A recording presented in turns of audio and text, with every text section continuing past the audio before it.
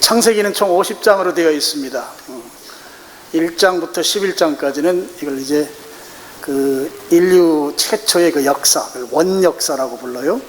원역사이고, 12장부터 마지막 50장까지는 4명의 인물을 중심으로 해서 성경이 기록되어 있습니다. 4명의 인물이라 하면 이제 아브라함, 또 아브라함의 아들인 이삭, 또 이삭의 아들인 야곱, 야곱의 아들인 요셉, 이렇게 4명의 인물로 창세기를 마무리 짓고 있습니다. 이 4명의 인물, 아브라함, 이삭, 야곱, 요셉, 한 가지 특징적이 있는 것이 그들은 모두가 다 큰 부자였다 하는 것이에요. 아주 큰 자산가들이었습니다. 오늘은 여러분들 이 재물의 복에 대한 이야기를 제가 드리려고 하는데요. 특별히 이제 야곱을 통해서 야곱이 어떻게 해서 그렇게 큰 부자가 됐는지 오늘 우리가 그걸 살펴보고, 그럼 야곱에게 부자가 되게 한 그 교훈이 오늘 나에게 잘 적용돼서 오늘 예배에 참여한 여러분 모두가 다 큰 부자가 되기를 간절히 바라는 이 담임 목사의 그 간절하고도 애절한 마음이 하나님이 거기에 역사하셔서 여러분이 그 재물의 복을 많이 받는 그런 기회가 되기를 기대하면서 오늘 말씀을 여러분들에게 드리려고 합니다. 30장 25절 이하에 보면 이 라반의 집에 이 야곱이 가서 살게 되는데요. 이 라반이라고 하는 인물은 야곱에게 있어서는 장인입니다. 장인이면서 동시에 이제 외삼촌이 돼요. 그러니까 야곱이 이 라반의 집에서 일종의 처가살이를 이제 하게 된 것이죠. 처가살이를 하다가 요셉을 낳게 됩니다. 라헬이라고 하는 아내를 통해서 요셉이 낳는데, 이 요셉은 야곱에게 있어 11번째 아들입니다. 요셉을 낳고 나서 이제 자기 장인에게 이야기하는 거예요. 제가 이제 고향으로 돌아가서 고향에서 기반을 잡고 살겠습니다. 나를 고향으로 돌아가게 해주세요. 이렇게 말을 했어요. 그랬더니 라반이 그래 가라 이렇게 말한 게 아니고 가지 말라고 그럽니다. 왜냐하면 야곱 때문에 이 라반이 부자가 됐기 때문이죠. 자기의 그 부를 더 증대시키기 위해서는 라반에게 있어서 야곱은 꼭 필요한 인물이었습니다. 여러분 이런 경우에 다른 데로 가겠다고 할 때 붙잡아 두려고 하면 어떻게 해야 돼요? 월급, 연봉을 많이 줘야 돼요. 그래서 라반도 역시 품삯 이야기를 해요. 품삯 이야기는 30장 28절에 나와 있습니다. 28절 보면 또 이르되 내 품삯을 정하라 내가 그것을 주겠다. 실력 있는 직원이 다른 회사로 떠나겠다고 하면 사장이 붙들잖아요. 붙들려면 어떻게 해야 됩니까? 내가 너 월급 많이 줄 테니까 가지 마 그러잖아요. 꼭 그것과 아주 닮아 있습니다. 너 네가 원하는 만큼 한번 품삯을 이야기해봐라. 그러면 내가 거기에 맞춰서 돈 맞춰주겠다. 이런 거죠. 이게 바로 28절입니다. 그래서 이제 이른바 연봉 협상을 이제 하게 돼요. 연봉 협상 이야기는 어디에 나오는가 하면 32절에 나옵니다. 32절에 우리 읽지는 않겠습니다만 거기에 보면 이제 양을 치고 있었잖아요. 양을 치는데 양의 이 털 색깔은 대부분 흰색입니다. 양과 염소를 쳤는데요. 흰색이죠. 근데 이제 야곱이 자기 장인 어른에게 이렇게 이야기하는 거예요. 내 품삯으로 양의 털 색깔이 유색, 뭔가 다른 색깔이 있는 양은 다 내 품삯으로 주세요. 그럼 내가 조금 더 일하겠습니다. 이렇게 이제 연봉 협상을 했습니다. 그랬을 때 라반이 그 이야기를 듣고 34절 보시죠. 34절 라반이 이르되 내가 네 말대로 하겠다. 연봉 협상이 타결된 거예요. 그러니까 야곱이 태어나는 양들 가운데 피부색의 털 색깔이 유색 털을 가진 양은 또는 염소는 다 내 몫으로 주시오 그랬을 때 이 장인 어른 라반이 그래 그렇게 하자 그러면서 이제 라반의 집에서 더 이제 일하게 된 것입니다. 근데 여러분 우리가 성경에 나오는 대로 이 라반이라고 하는 사람이 요셉에게 월급 올려주겠다고 하면서 10번을 거짓말했어요. 그러니까 제대로 품삯을 쳐주지 않았단 말이죠. 근데 이번에도 월급을 또는 그 품삯을 좀 챙겨줘야 되는데 라반은 물욕이 있었던 것 같아요. 전혀 그럴 마음이 없는 것을 이제 그 뒤에 내용들이 소개하고 있습니다. 어떻게 했는가 하면 지금 현재 치고 있는 양들 가운데 유색털을 가진 양들, 뭐 얼룩진 털, 검은 털, 아롱지단 말이 그 얼룩색이라는 말이거든요. 지금도 중동 쪽에 가면 그 유색 양이나 염소들이 있어요. 우리나라는 되게 뭐 흰 색깔이 주로입니다만 그쪽은 유색 양들이 많이 있습니다. 그러니까 그런 색깔 있는 양들, 지금 현재 있는 양들을 다 이제 분리시켜서 그 양들은 자기 친 혈육인 아들들에게 양을 치게 합니다. 그리고 야곱에게는 흰색의 양만 치게 하는 거죠. 그러니까 야곱은 피부색이, 그러니까 털 색깔이 유색 털이 나오는 양은 내 몫으로 주세요 했는데 그런 양들이 태어나지 못하도록 흰색의 양만 치게 했다는 거예요. 그러면서 혹시라도 자기 아들들이 치는 양과 야곱이 치는 양이 서로 가까이 있어서 잘못돼서 이 교미라도 하게 되면 유색 양이 태어나면 안 되니까 성경에 보면 그 둘 사이를 사흘길을 떼어놨다고 되어 있어요. 이 사흘길이라 하면 이제 유대인들은 그 거리를 재는 단위 가운데 이제 하루길, 뭐 이틀길, 뭐 이런 식의 이 거리 재는 단위가 있어요. 이 하루길이라고 하면 오늘날 우리의 로마식 환산으로 하면 약 30km에서 35km 정도 됩니다. 그러니까 사흘길이니까 거의 100km. 하남에서 천안을 지나서 대전 한 중간층까지 가는 그 정도의 거리를 띄워놓은 거예요. 그러니까 털색이 유색인 그런 양과 야곱이 지금 흰색의 양을 치고 있으니까 뭐 접촉할 기회가 전혀 없도록 만들어 놓은 것입니다. 지금 이 라반이라고 하는 사람은 현재 다시 그 야곱을 자기의 수하에서 양을 치도록 붙들어 놓으면서 품삯을 주겠다고 이야기하고 그렇게 했다고 하지만 실제적으로 지금 하고 있는 그런 처신을 보면 전혀 품삯을 안 줄 요량으로 지금 그렇게 일들을 처리해 가고 있는 것을 볼 수 있습니다. 그 야곱의 입장에서 보면 자기 몫의 양이 생길 수 있는 그런 찬스가 전혀 없는 상황이 된 것이죠. 그야말로 이렇게 불리한 여건이 지금 야곱의 여건입니다. 그럼에도 불구하고 야곱은 그런 여건을 잘 극복해내고 아주 큰 부자가 되었습니다. 자, 부자가 된 이야기가 어디에 나오죠? 43절입니다. 30장 43절 우리 같이 읽었는데 한 번 더 같이 읽겠습니다. 시작. 이에 그 사람이 매우 번창하여 양떼와 노비와 낙타와 나귀가 많았더라. 매우 번창했다. 이 매우 번창했다고 할 때 이 매우라는 말은 한계 상황을 뚫고 나갔다는 의미예요. 히브리 말로. 그러니까 이 야곱으로서는 그만큼 번창할 수 없는 그 수준을 넘어설 만큼의 번창함. 그리고 노비라고 하는 것은 이제 노자는 이 남종을 노라고 그러고 비는 여종을 비라고 하잖아요. 그러니까 남종과 여종들이 있었고 낙타와 나귀는 이동 수단으로 사용되던 짐승입니다. 그러니까 여행할 수 있는 그런 이 낙타와 노비까지 오늘날로 말하면 집에 좋은 승용차가 있었던 거예요. 그렇게 아주 큰 부자가 됐다 하는 것이죠. 아주 불리한 여건이었습니다. 라반이 야곱에게 조금도 야곱의 그 재산 증식을 허용하지 않으려고 하는 그런 이 잔꾀를 부리는 상황, 아주 불리한 여건 속에서 오늘 성경은 30장 마지막 절에서 그가 매우 번창했다라고 하는 말로 30장을 마무리 짓고 있어요. 큰 부자가 됐다는 것이죠. 자, 그러면 어떻게 해서 이렇게 큰 부자가 됐을까? 두 가지 측면을 여러분들에게 말씀드리겠습니다.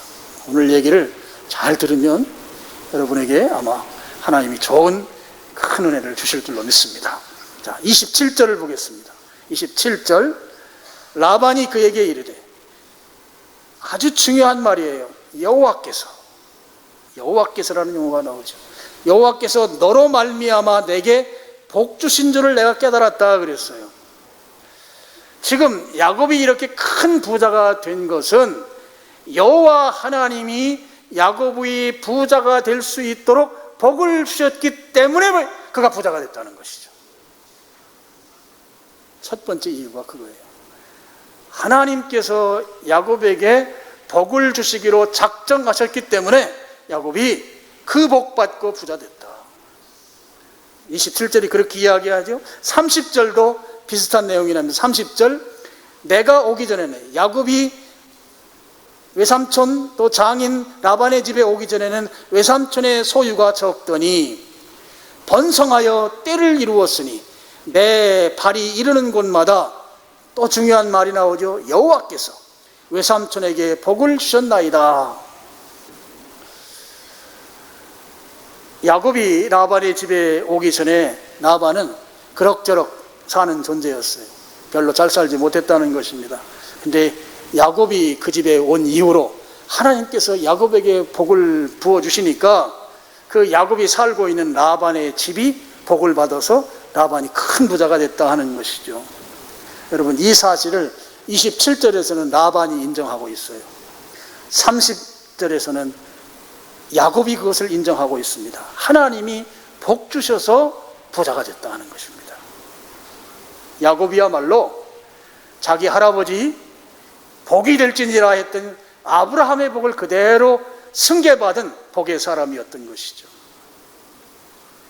복의 아버지인 아브라함, 복의 할아버지죠. 야곱에게서. 그 다음에 그 할아버지의 복을 승계받은 아버지 이삭, 아버지의 복을 승계받은 야곱. 하나님께서 이 복의 전통이 끊어지지 않도록 그렇게 이 가문에 복을 내리고 있는 것을 볼 수가 있습니다. 하나님이 복을 주시기로 작정하셨을 때, 그때 그 복이 임함으로 인해서 부자가 되는 놀라운 역사가 일어났다 하는 것이에요. 여기 아주 중요한 메시지가 한 가지가 있어요. 어떤 메시지인가 하면, 여러분, 하나님께서 복을 주시기로 작정한 복의 사람이 여기에 있어요. 그러면 이 사람으로 인해서 주변 사람들에게까지 그 복의 혜택이 간다 하는 사실이에요. 놀랍지 않습니까? 여러분, 가정에 어느 한 사람이 하나님이 찍어서 너를 복으로 삼겠다 그랬단 말이에요. 그러면 그 사람이 복받음으로 인해서 그 가족들 다 그 사람이 받는 복의 혜택을 받는 거예요. 야곱이 복의 사람이다 보니까 야곱이 살고 있는 라반의 가족들까지, 그 집에 살고 있는 종들까지 전부 다 이 복의 혜택을 받는단 말이에요. 복의 영향력입니다. 하나님이 주시는 복은 이렇게 엄청난 영향력이 있어요. 가정에 여러분이 복의 중심이 되기를 하나님이 여러분의 복의 사람으로 찍어서 여러분이 복의 사람으로 픽된 사람이 되기를 축원합니다. 여러분의 가정이 여러분으로 인해서 복의 혜택을 누릴 수 있고, 직장에서도 마찬가지고, 여러분 교회에서도 마찬가지예요. 교회에도 그런 복의 사람이 여러분이 되기를 바랍니다. 그러면 교인들이 혜택 받아요. 또 교회가 혜택을 받아요. 복은 나에게로 끝나는 것이 아니라 주변으로 확산되는 복은, 하나님이 주시는 복은 이렇게 영향력이 있다 하는 것이에요. 그래서 여러분이 지혜롭게 사는 삶의 방식이 있어요. 여러분 주위에 살펴보고, 저 사람은 하나님이 복 주시는 사람이다. 특별히 오늘은 물질, 재물에 대한 이야기를 하니까 하나님이 저 사람은 재물의 복을 하나님이 주시는구나. 그러면 그 사람하고 친하게 지내는 것이 지혜로운 거예요. 친하게 지내야 돼요. 친하게 지내야 자다가도 떡고물이 생겨요. 떡이 생기는 게 아니고 떡고물이 생긴다고 저는 그렇게 말해요. 왜냐? 고물이 더 맛있어. 그래서 더 맛있는 걸 먹는 거예요. 여러분이 잘 살펴보세요. 일부 예배 때 내가 물어봤어요. 우리 교회에 복의 사람이 있냐 없냐 그랬더니 있대요. 아마 찾으면 있을 거예요. 있으면 그 사람 옆에 가서 커피 마시고 싶지 않냐고. 날도 더운데 같이 마시자고. 그래서 좀 친하게 지내다 보면 그 사람에게 떨어지는 떡 고물이 내게도 온다. 이게 삶의 지혜입니다. 농담 같죠? 실제예요. 친하게 지내세요. 누가 복의 사람일까? 그 사람하고 친하게 지내길 바랍니다. 자, 이제 본론으로 갑니다. 하나님께서 복을 주시는데 이 복을 어떻게 주시는가? 31장 9절로 가겠습니다. 31장 9절. 31장 한 장 넘기시면 9절이 있습니다. 9절 다 같이 읽겠습니다. 시작.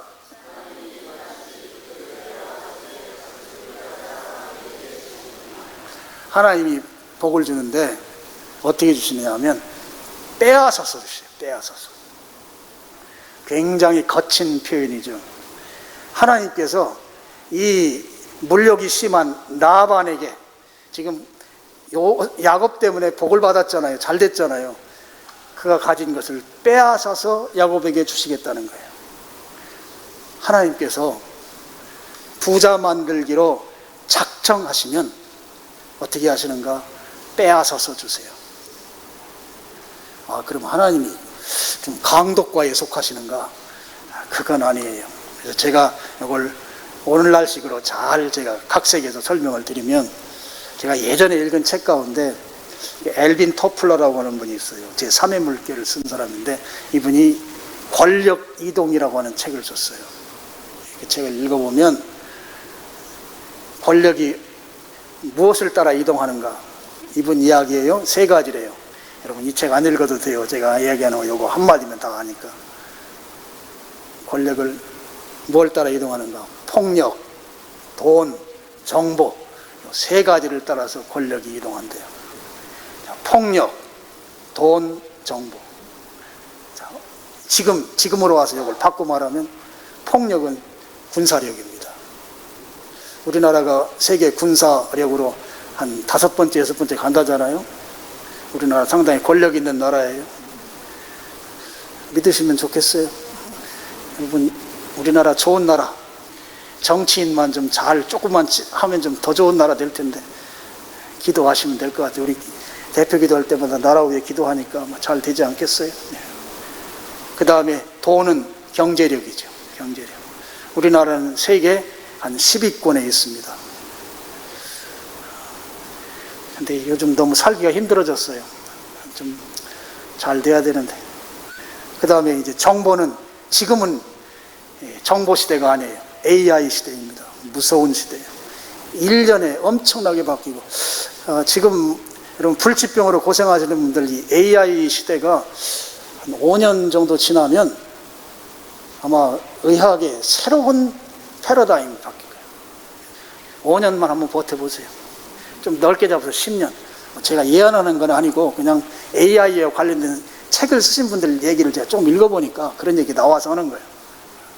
AI 시대에 상상할 수 없는 변화가 이 땅에 아마 몰아칠 것입니다. 우리나라도 AI에 대해서 상당히 이제 앞서가 있는 나라로 또 앞서가야 합니다. 그래야지 권력이 우리나라 쪽으로 이동하는 거죠. 제가 이 얘기를 하려고 하는 게 아니고, 권력 이동이라고 하는 책을 읽다가 어떤 생각이 들었는가 하면 재물도 이동한다는 생각이 들었어요. 재물 이동. 우리가 살고 있는 이 땅의 재화, 돈의 가치를 이루는 모든 것의 그 총량은 일정하다. 저는 그렇게 보거든요. 일정한 재화의 총량을 가지고 있는 이 땅에서 우리가 살고 있는데, 그러면 내가 부자가 돼야 되는데, 부자가 되려면 그 어딘가에 있는 재물이 내게로 와야 된단 말이에요. 그건 이동이 필요한 거예요. 이동. 우리 성경에서는 빼앗는다고 표현했지만 조금 현대식으로 말하면 이동. 그래서 제가 예전에도 한번 말씀드린 것 같은데요. 여러분, 요즘은 어떤지 모르겠지만 강남에서 하루 저녁에 술 마시고 유흥으로 쓰는 돈이 어마어마하다는 거예요. 상상을 초월할 정도로. 그렇게 엄청난 돈이 하룻밤에 소비가 되는 곳이 강남. 강남 들어보셨어요? 하남도요, 물하자에 남쪽 남자를 쓰잖아요. 하남도 강남이요. 맞아요, 안 맞아요? 맞아요. 여기 잠실 15분이면 가요, 여기서. 좋은 동네 사시는 줄 아시기 바랍니다.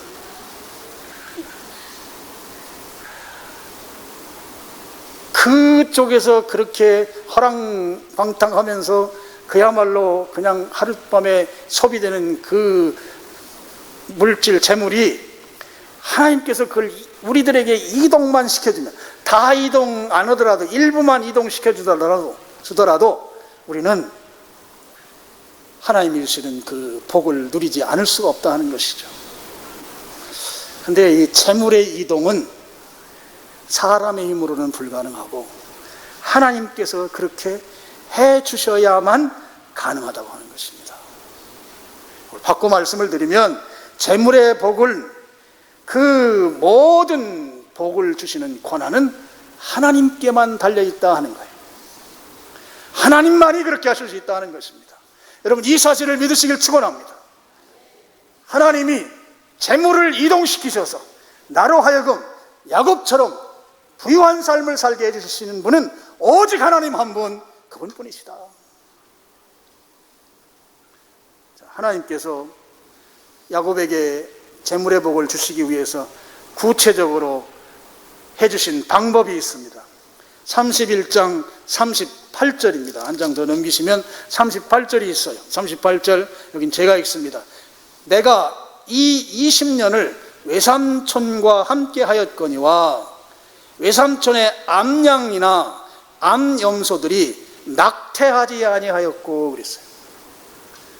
새끼 날 때 양이나 염소가 낙태하지 않았다. 물론 이 이야기는 야곱이 양을 잘 쳤다는 이야기죠. 그런데 야곱이 아무리 양을 잘 친다 하더라도 낙태하느냐, 그러니까 사산하느냐 아니면 살아있는 생산하느냐, 이건 하나님께 달려있는 것이죠. 하나님이 낙태하지 않게 해주셔야만 비로소 낙태하지 않는 거예요. 하나님께서 야곱에게 재물의 복을 주시기 위해서 그렇게 인도하셨던 것입니다. 여러분, 이 양이나 염소 또는 우리나라의 뭐 개나 돼지 이런 것들은 새끼를 많이 낳아요. 많이 낳는데 저희 어렸을 때 보면 시골에서 뭐 새끼 한 두세 마리는 다 죽어서 나와요. 그런데 지금 여기의 양은 한 마리도 죽지 않았다는 것이죠. 바로 그것이 하나님께서 일하시는 방법이에요. 한두 마리 양을 친 게 아니잖아요. 수많은 양떼를 쳤는데 그 중에 한 마리도 새끼 나는데 죽어서 나오는 양이 없더라 하는 거예요. 이게 사람의 인력으로 되느냐 말이에요. 하나님이 하신 것이죠. 여러분, 하나님이 하시는 일은 분명하고 뚜렷합니다. 라반도 인정하게 하고 당사자인 나도 인정할 수밖에 없도록, 아, 이것은 하나님이 하셨구나라고 뚜렷하게 하나님이 하신 일은 나타내 보여주시는 것이에요. 오늘 하나님이 일하신 것에 대해서 뚜렷하게 알 수 있도록 여러분에게 복 주시기를 원합니다. 빼앗아서 복을 주시는 하나님, 재물의 유통을 통해서 복을 주시는 하나님,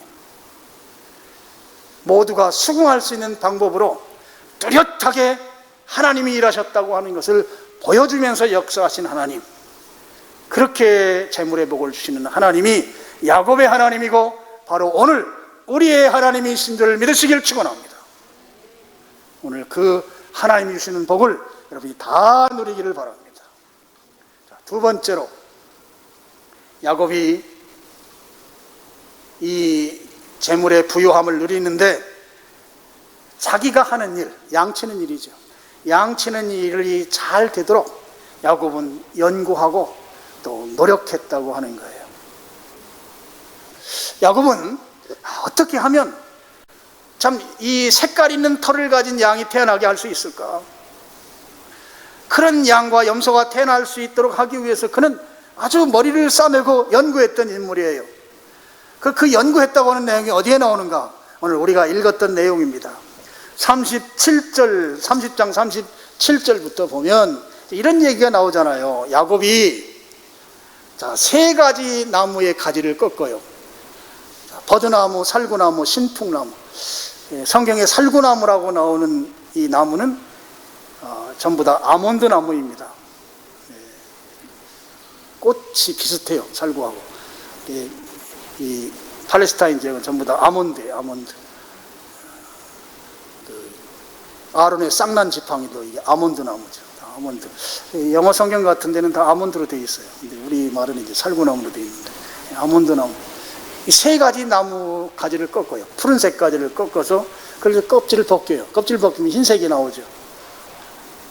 그래서 껍질을 벗겨가지고, 그것을 이제 38절을 보면, 그 껍질 벗긴 가지를 양떼가 와서 먹는 개천의 물구유에 세웠다 그랬게 되거든요. 물구유는 어떻게 되어 있는가 하면, 개천이면 물이 흐르거든요. 흐르는 물을 잠시 흐르지 않게 하기 위해서 개천 옆으로 이렇게 물길을 내 가지고 이렇게 양이 와서 먹을 수 있도록 이렇게 따로 이렇게 파놓는 거예요. 이렇게 디귿자를 이렇게 파놔요. 그래서 그것을 이제 물구유라고 말해요. 그래서 여기는 이제 물이 따로 흘러가지 않으니까 양이 물 마시기가 편하죠. 그곳에 이 세 개의 나무가지의 껍질을 벗겨서 꽂아 놓았다 하는 거예요. 그렇게 꽂아 놓았더니 거기에서 이제 유색에 얼룩지고 무늬 있는 그런 양들이 태어났다는 거예요. 당연히 그 양들은 야곱의 소유가 되는 것입니다. 그런데 여러분, 참 이 내용이 상당히 좀 우리가 이해하기가 어렵습니다. 합리적이지도 않고 과학적이지도 않은 것 같은 내용으로 되어 있어요. 그래서 이 성경을 이제 해석하는 분들이 이렇게 말합니다. 자, 푸른색의 나무 껍질에다가 벗기면 흰색이 되면 그게 바로 얼룩무늬다. 그래서 그것을 보고 양이나 염소가 교미를 하게 되면 그 본대로 유색의 털을 가진 새끼를 출산하게 된다. 이게 이제 가나안 지방의 그 속설이랍니다. 그래서 그 속설을 야곱이 따라서 했다. 이렇게 이 부분에 대해서 해석을 해요. 물론 그럴 수도 있겠습니다만 저는 이 부분을 연구하면서 이렇게 생각을 합니다. 그분들의 생각과는 제가 좀 달라요. 자, 나무 껍질을 벗겼습니다. 흰색이 돼 있죠. 그러면 거기서 그 나무 껍질에서 벗겨내면 진액이 나오게 되죠. 그것을 물구유에 꽂았습니다. 자, 38절 다시 보겠습니다. 그 껍질 벗긴 가지를 양떼가 와서 먹는 개천의 물구유에 세워 양떼를 향하게 하며 그때가 물을 먹으러 올 때에 새끼를 베니. 그랬어요. 물을 먹으러 올 때 그 물을 먹으러 온 양마다 수태했다는 거예요. 자, 그렇다면 지금 세 가지의 나무의 껍질을 벗겨서 물에 꽂아 놨습니다. 근데 저는 껍질을 벗겼기 때문에 그래서 진액이 흘러나올 거예요. 그럼 그 진액이 흘러나와서 그 진액이 그 물에 희석이 되었을 것입니다. 근데 그 희석된 그 물을 양들이 먹는 거예요. 염소가 먹는 거예요. 근데 거기에서 성경은 그 물을 먹고 거기에서 다 수태했다는 거예요. 그러면 지금 세 개의 나뭇가지에서 나오는 진액과 그 물구유에는 물이 희석이 되면서 그 비율은 사람은 모르지만 그야말로 황금 비율이 되어서 그 비율이 맞춰진 그 물을 마실 때 양과 염소의 생식 욕구를 자극한 것이 되지 않을까 하는 거예요. 그런 효과를 내는 성분이 그 물 속에 이미 만들어져서 양들이 그 물을 먹고 생식욕구가 자극되니까, 그러니까 요즘식으로 말하면 천연 짐승 발정제 같은 그런 효과가 그것이 나타났다는 거죠. 그래서 양들이 물 마시고 교미를 하는 거예요. 그러면서 새끼를 낳았다 하는 것입니다. 야곱이 그러면 이 부분에서 물과 그 나무에서 나온 그 진액이 섞여서 그 섞일 때 그 비율은 뭐 인간으로서는 가늠할 수 없지만 하나님이 물론 역사하신 영역이겠죠. 하여튼 그 물을 마실 때 이 자극되어지는 생식 욕구가 발동이 돼서 거기에서 교미하고 새끼를 낳는 이 장면들을 보면서 오늘 야곱이 그럼 어떻게 그 사실을 알았을까 하는 거죠. 많은 주석하는 학자들 이야기대로 하면 이제 눈으로 본 것을 눈으로 보고 교미를 하게 되면 그런 새끼가 나온다고 했던 그 주장에 따른다고 하면 그냥 당시에 그 가나안 지역에 짐승을 키우던, 여기는 물론 가나안이 아니고 하란 지역입니다. 그러니까 그 중동 지역에서 키우던 그 양 키우던 그 목부들의 그 전래되어 오던 그런 전통에 따른 것이 되겠습니다만, 저는 그것보다는 하나님께서 야곱에게 재물의 복을 주시기로 지금 작정을 하셨기 때문에 야곱에게 어떻게 해서든지 많은 유색털을 가진 양이 태어나게 하기 위한 그 방편으로 하나님이 야곱에게 직접 주신 지혜일 것이다, 저는 그렇게 믿습니다. 그래서 지금 성경은 나무의 이름 3가지도 명확하게 적어 놓는 거예요. 버드나무, 살구나무, 신풍나무라고 하는 이 나무 껍질 3가지의 나무가 함께 섞이고 거기에 물이 섞이는 거예요. 그 비율은 사람으로서는 이게 측정할 수 없지만 저는 거기에 생식욕구를 자극하는 그런 신비로운 효과를 나타내는 분명한 무엇인가를 하나님께서 역사하셔서 오늘 양이 수태할 수 있도록 만들어 주셨고, 그것이야말로 하나님이 야곱에게 주신 기회일 것이다, 지혜일 것이다 하는 것입니다. 야곱은 어떻게 하면 유색털을 가진 양과 염소가 태어나게 할까? 이걸 궁리했다고 했잖아요. 연구했다고 했잖아요. 그가 연구만 했겠습니까? 하나님께 간절히 기도했을 것이 분명합니다. 지금 나는 벌써 11명의 아들이 있습니다. 이제 가정을 건사해야 하고 4명의 아내가 있는데 제가 아내와 자식들을 건사해야 될 책임이 나에게 있는데 지금 현재 나에겐 재산이 아무것도 없습니다. 이제 하나님께서 저에게 복을 주셔서 그야말로 유색털을 가진 양과 염소가 많이 태어나게 하셔서 내가 가정을 잘 건사할 수 있도록 하나님 은혜를 부어 주시옵소서. 야곱이 분명히 그렇게 기도했을 것이에요.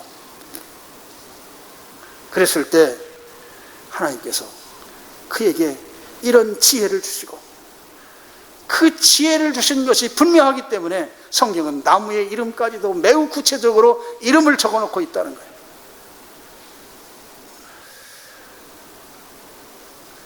오늘 하나님이 역사하셔서 내가 미처 알고 있지 못하던 영역에서 새로운 아이템, 새로운 지혜가 생겨나서 그 지혜로 하나님이 주시는 부요의 은혜를 누리는 여러분 다 되기를 바랍니다.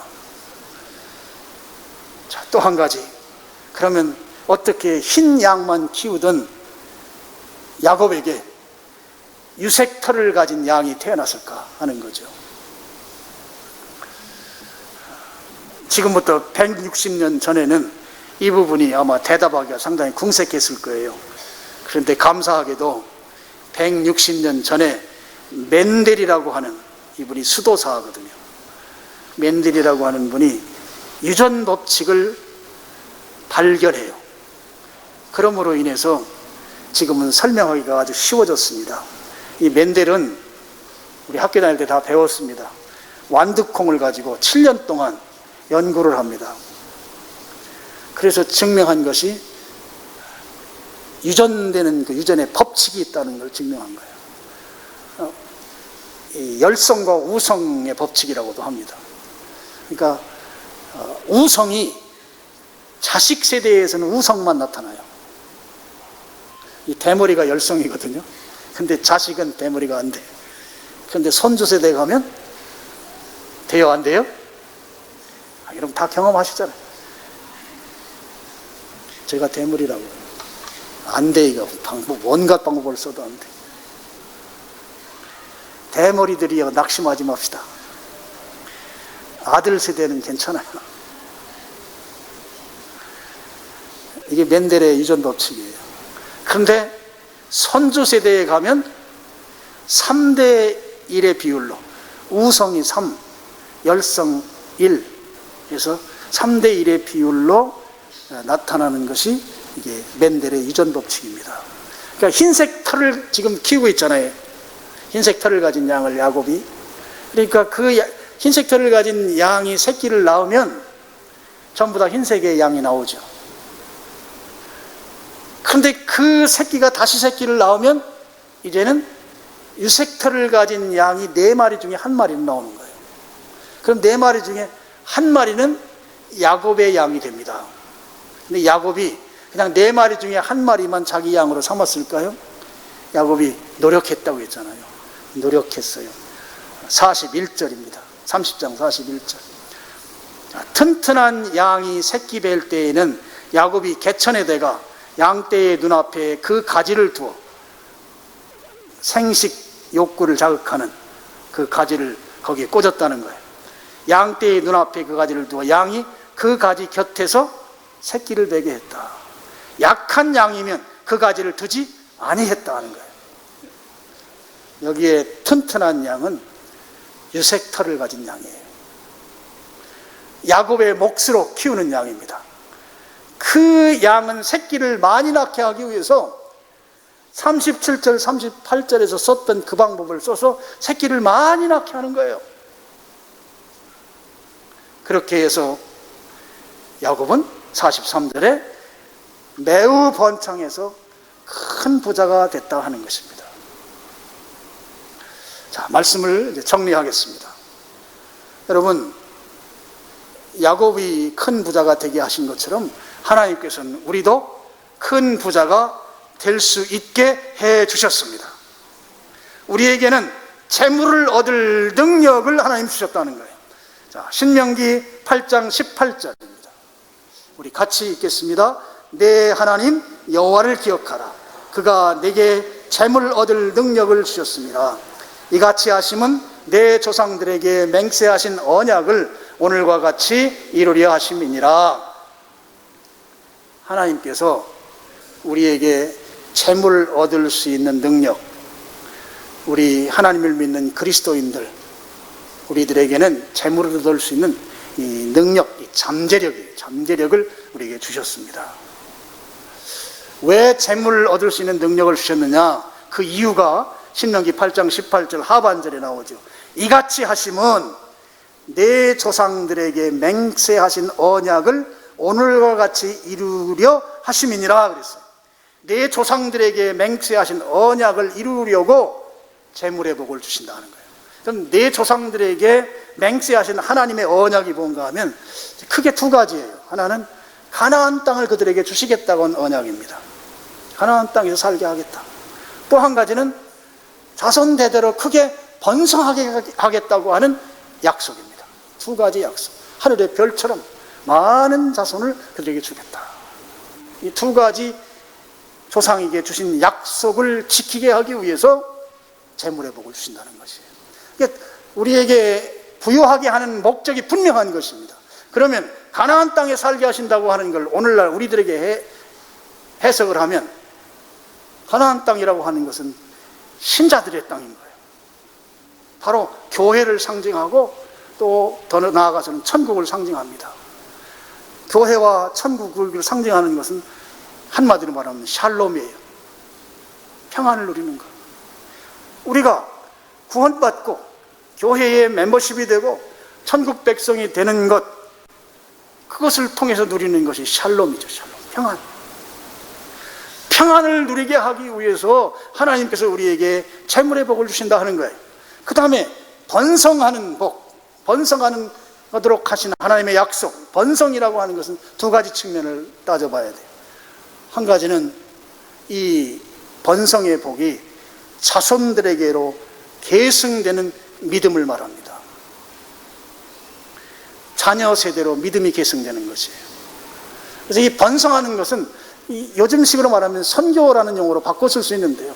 그럼 자손에게로 계승되는 복은 선교라는 용어로 바꾸면 수직선교, 수직선교.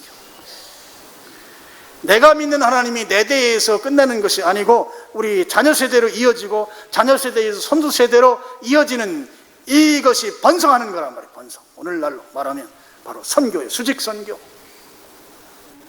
이것을 위해서 재물의 복을 주시겠다고 하는 거예요. 또 한 가지 이 번성에 있어서는 수평선교가 있어요. 수평선교는 땅끝까지 복음이 증거되지 않은 그 지역, 그곳까지 복음을 증거하는 것, 이게 바로 수평선교입니다. 수평선교를 위해서 우리에게 재물의 복을 주시겠다고 한 거예요. 오늘 우리가 하나님이 주시는 이 재물의 복, 이 복을 받아야 평안을 누리고 또 동시에 선교라고 하는 이 과업을 이루어낼 수 있다 하는 것입니다. 제가 로마서를 이제 강해를 하기 위해서 이제 마틴 로이드 존스 책을 굉장히 촘촘히 읽습니다. 어제 밤에 제가 읽다가 굉장히 고개를 끄덕인 대목이 있었어요. 우리 그리스도인들은 왕자라는 거예요. 왕자. 왕의 아들, 왕자. 그래서 이 왕자인 우리의 신분, 그리고 왕자의 삶을 보고 불신자들이 부러워서 본인들도 동일하게 예수님을 믿는 그런 영향력을 나타내야 된다는 거예요. 왕자라고 하니까 갑자기 섭섭한 분들이 절반 계시죠. 우리는 하나님의 공주예요. 공주인데 첫째 딸이야. 맏공주. 나는 맏공주다. 시작.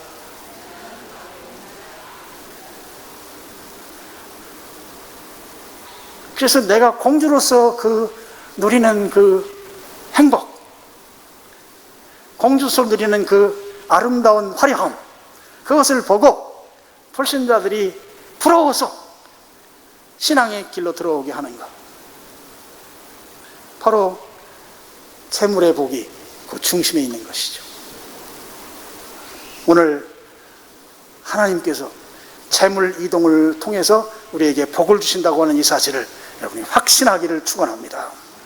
그래서 그 주신 복으로 야곱이 자기가 어떻게 하면 자기 몫을 더 증식시킬까 연구하고 노력했던 것처럼 여러분이 지금 하고 있는 일에 최선을 다하는 건 매우 중요합니다. 교회에서 하고 있는 봉사, 여러분이 잘 해야 돼요. 끝까지 충성스럽게.